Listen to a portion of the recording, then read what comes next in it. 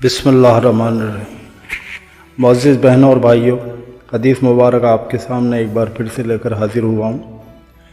हज़रत इब्न इसहाक़ रज़ी अल्लाह अन्हो से रिवायत है कि उन्होंने हज़रत मोहम्मद मुस्तफ़ा सल्लल्लाहु अलैहि वसल्लम से कहा, ए अल्लाह के रसूल, आप हमें अपने बारे में बताइए।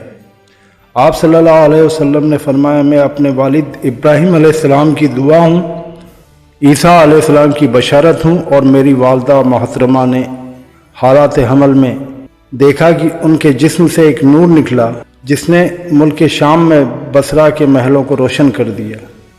अल हाकिम जिल्द नंबर 2 हदीस नंबर 2006 सही।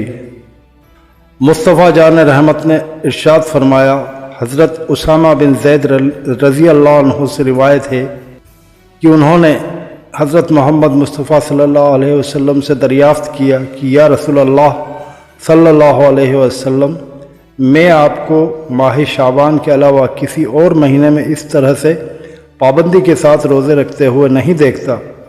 आप सलातो सलाम ने फरमाया, ये महीना वो महीना है जिसकी बरकत से लोग गाफिल हैं, और रजब और रमज़ान के महीने के बीच में ये वो महीना है जिसमें अमाल अल्लाह सुब्हानहू के पास उठाए जाते हैं, और मेरी ख्वाहिश है कि मेरा अमाल उस वक्त पेश हो जिस वक्त मेरा रोज़ा हो।